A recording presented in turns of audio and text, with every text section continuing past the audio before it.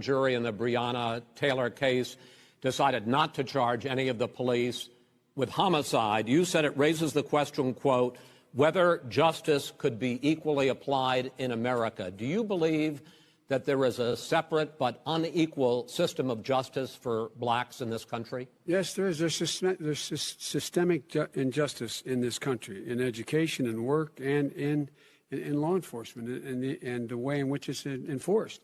But look, the vast majority of police officers are good, decent, honorable men and women. They risk their lives every day to take care of us. But there are some bad apples. And when they occur, when they find them, they have to be sorted out. They have to be held accountable. They have to be held accountable. And what I'm going to do as President of the United States is call together an entire group of people at the White House, well, everything from the civil rights groups to the police officers, to the police chiefs, and we're going to work this out. We're going to work this out so we change the way in which we have more transparency in when these things happen. These cops aren't happy to see what happened to George Floyd. These cops aren't happy to see what happened to Breonna Taylor. Most don't like it. But we have to have a system where people are held accountable. And by the way, violence in response is never appropriate. Never appropriate. Peaceful protest is. Violence is never appropriate. All right, what is peaceful protest? When they run through the middle of the town and burn down your stores and kill people all over the place, that is not peaceful protest. President Trump, no, it's not, but you say it is. President Trump, I'd like to continue with the issue of race. Please. I promise we're going to get to the issue of law and order in a moment. Fine. This month, your administration directed federal agencies to end racial sensitivity training that addresses white privilege or critical race theory. Why did you decide to do that, to end racial sensitivity training? And do you believe that there is systemic racism in this country, sir?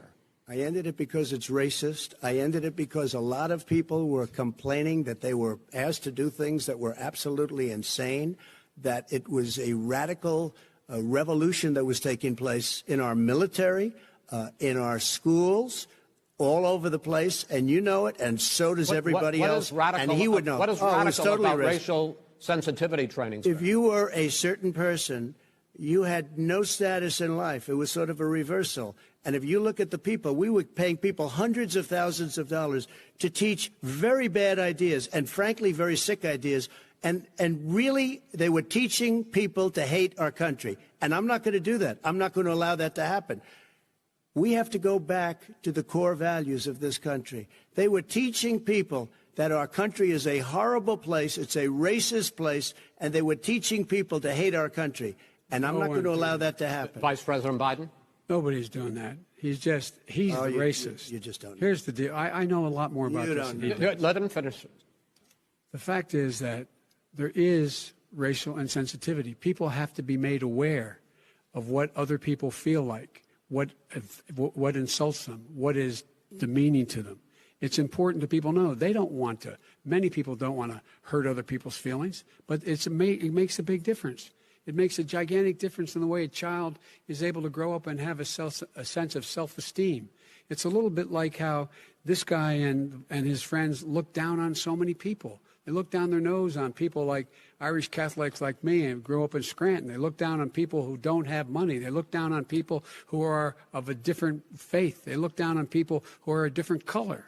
In fact, we're all Americans. The only way we're going to bring this country together is bring everybody together. There's nothing we cannot do if we do it together. We can take this on and we can defeat racism in America.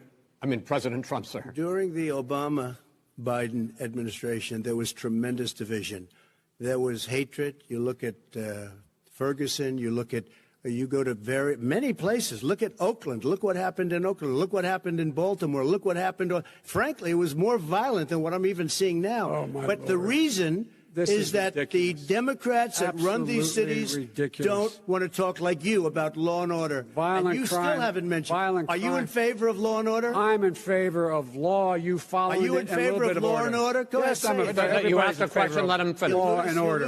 Law and order. Let him answer. Law and order with justice, where people get treated fairly. Okay. And the fact of the matter is, violent crime went down 17%, 15% in our administration. All right. It's gone up on his watch. Went down much more. He had- ours. All right, we're He now. is president of Mr. the President, United you're going States of America. We were Mr. President, breaking every record in the Mr. book. President, you're going to be very happy because we're now going to talk about law and order. Places we had trouble were Democratic-run cities. That's and exactly so- my question. Democratic- There has been a dramatic increase in homicides in America this summer, particularly, and you often blame that on Democratic mayors and Democratic governors, but in fact, there have been equivalent spikes in Republican-led cities like Tulsa and Fort Worth.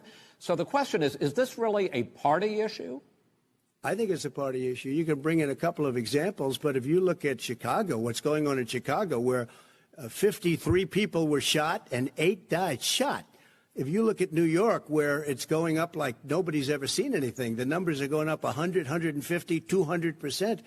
Crime. Republican It is cities. crazy what's going on. And he doesn't want to say law and order because he can't, because he'll lose his radical left supporters. And once he does that, it's over with. But if he ever got to run this country and they ran it the way he would want to run it,